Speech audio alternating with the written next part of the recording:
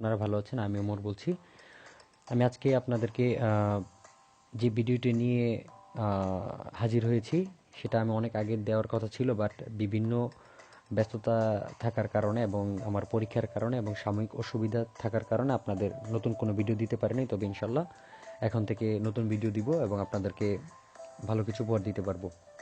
তবে আজকে যে ভিডিওটি নিয়ে আমার টিউটোরিয়াল সেটা হচ্ছে যে আপনার জিএফ এর কল নিয়ে আসুন আপনার ফোনে তার অজান্তে। তবে টিউটোরিয়ালটি শুরু করার পূর্বে বলে রাখি, সম্পূর্ণ ভিডিওটি না দেখে কেউ উল্টাপাল্টা কমেন্ট করবেন না প্লিজ, যাতে পরবর্তী ভিডিওটি দিতে আমি আগ্রহী না হই। এবং এই সিস্টেমটি শুধু মজা করার জন্য এবং আপনার প্রয়োজনে করবেন এবং অন্যের ক্ষতি করার জন্য করবেন না। আর যদি আপনারা করেন সেক্ষেত্রে আমরা দায়ী নই। তবে আপনি অন্যের ক্ষতি করবেন, আপনি নিজে অবশ্যই ক্ষতির সম্মুখীন হবেন। এবং যে টেকনোলজি অনুযায়ী বাংলাদেশে এখন আপনি যে কোনো ফোনে ক্রাইম করেন অথবা ইন্টারনেটে ক্রাইম করেন সেটা অবশ্যই ধরা পসিবল, কারণ ইন্টারনেটে করবেন, ইন্টারনেটেই সেটা ধরা যাবে।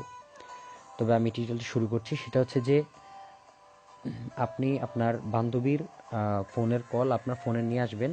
বান্ধবী বলতে আপনার ফোনের কল আপনি ধরেন আপনার ফোন দুইটা বা তিনটার অধিক, তো আপনার সবগুলো ফোন সাথে নিয়ে আপনার যাওয়া সম্ভব না। তো যার কারণে ওই সিমের কলগুলো আপনার ফোনে নিয়ে আসবেন। ধরেন আপনার বান্ধবীর ফোনে আপনি আপনার কলটা আপনার ফোনে নিয়ে আসবেন। তবে শর্ত হচ্ছে যে আপনার ওই যে সিমটা থেকে আপনার ফোনে কলটা নিয়ে আসবেন সেই সিমে টাকা থাকতে হবে সরকারি চার্জ অনুযায়ী, এবং একটা কলের চার্জ অনুযায়ী ওভাবেই কলটা কাটবে।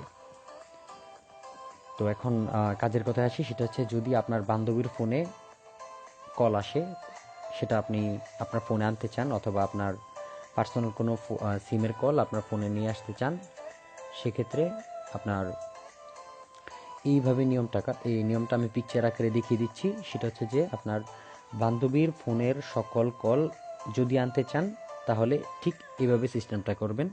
পিকচার আকারে দেখিয়ে দিচ্ছি। এবং ওই ফোনটা আপনার বন্ধ থাকলেও আপনার এই সিমে কলটা আসবে, চালু থাকলেও আপনার এই ফোনে কলটা চলে আসবে, এবং সেটা তার অজান্তে।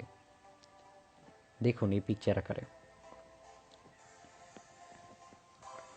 যদি দ্বিতীয় সিস্টেম, যদি আপনার বান্ধবীকে কেউ কল করলো আর সে যদি কলটা কেটে দেয়, আমরা তো অনেক সময় অনেকে আমাদেরকে কল দেয়, কোনো কারণে আমরা কলটা কেটে দিই, সবসময় ফোন রিসিভ করা পসিবল না। সেক্ষেত্রে সে যদি কলটা কেটে দেয় আর সেই কলটা যদি আপনার ফোনে আনতে চান, সেক্ষেত্রে আপনার ফোনে ঠিক এইভাবে সেটিংসটা করবেন। আমরা ভিডিওর আকারে দিতে পারতেছি না, আমি পিকচার আকারে দিয়ে দিচ্ছি। এভাবে করে নেবেন। সিস্টেম 3 নাম্বার সিস্টেম, সেটা হচ্ছে যে যদি আপনার বান্ধবীর ফোনে ফোন বন্ধ থাকে আর যদি কেউ তাকে কল করে, অবশ্যই তার ফোনটি বন্ধ দেখাবে না। আপনি চাইলে আপনার ফোনে যদি কেউ কল করে, সেক্ষেত্রে ওই ফোনটা বন্ধ থাকলে আপনি যেই নাম্বারটি বসাবেন ঠিক এই সিস্টেমে আপনার সিমে এই কলটি চলে আসবে। দ্যাট মিন্স আপনার ফোনটা যদি বন্ধ থাকে আপনার সিমে কলটা ট্রান্সফার হয়ে আপনি যেই নাম্বারটা বসাবেন ঠিক এই নিয়মে আপনার ফোনে কলটা চলে আসবে।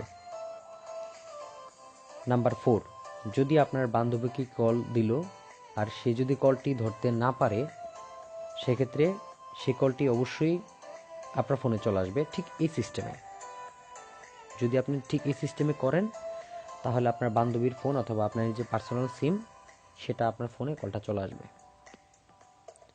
নাম্বার 5, যদি আপনি কোনো এই সিস্টেমে ভুল করার কারণে অথবা না বোঝার কারণে যদি কোনো কোড ভুলভাবে প্রেস করে থাকেন, তাহলে আপনার ঠিক এই নিয়মে আপনি এইভাবে চালু করবেন, *002#।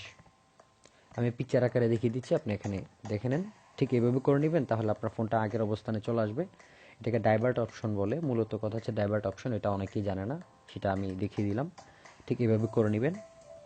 তবে আপনাদের সাপোর্ট আশা করছি, যাতে আমি নেক্সট ভিডিও ভালো কিছু দিতে পারি, যাতে আপনারা নতুন কিছু শিখতে পারেন এবং ডিজিটাল যুগে ডিজিটাল কিছু করতে পারেন। তো আমার ভিডিওতে ভুল হতে পারে, সে যাতে যদি ভুল হয় সেই ভুলটা অবশ্যই সংশোধন করে দিবেন। সংশোধন করার জন্য অবশ্যই আমাদের মেইলে মেইল করতে পারেন, ফোনে ফোন করতে পারেন। তবে হ্যাঁ, ফোনে ফোন না করাটাই বেটার, ইমার্জেন্সিতে ফোনে ফোন করবেন। এছাড়া হোয়াটসঅ্যাপে মেসেজ দিবেন, হোয়াটসঅ্যাপে মেসেজ দিলে আমরা অবশ্যই সেটা রেসপন্স করব। তো আপনাদের সাপোর্ট আশা করছি, ভালো থাকবেন। তবে আপনাদের সুন্দর কমেন্ট এবং আপনাদের লাইক এবং শেয়ার মাধ্যমে অনুপ্রেরণা দিবেন। আর আশা করছি অবশ্যই অবশ্যই সাবস্ক্রাইব করে রাখবেন, যাতে আমাদের নেক্সট ভিডিওটি আপনাদের কোনো মিস না হয়। ভালো থাকবেন, সুস্থ থাকবেন, সুন্দর থাকবেন। আসসালামু আলাইকুম ওয়া রাহমাতুল্লাহি ওয়া বারাকাতুহু।